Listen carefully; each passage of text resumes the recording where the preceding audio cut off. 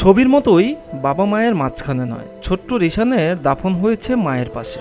পাশাপাশি কবরে কবরস্থ করা হয়েছে ফজলে রাব্বি রিজভীকে, তার স্ত্রী আফরোজা আক্তার সুবর্ণা ও তাদের 2 বছরের সন্তান কাজী ফাইয়াজ রিশানকে শনিবার সকালে কুমিল্লার 14 গ্রামের চিউরা কাজীবাড়িতে পারিবারিক কবরস্থানে দাফন করা হয় তাদের।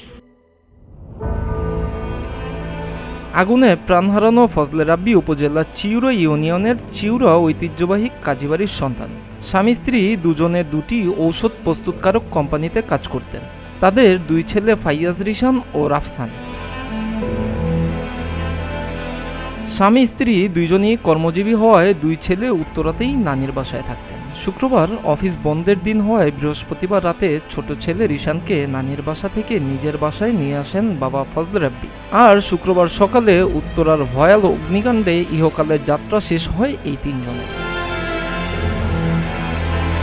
মিরাজ হোসাইন, প্রতিদিনের বাংলাদেশ।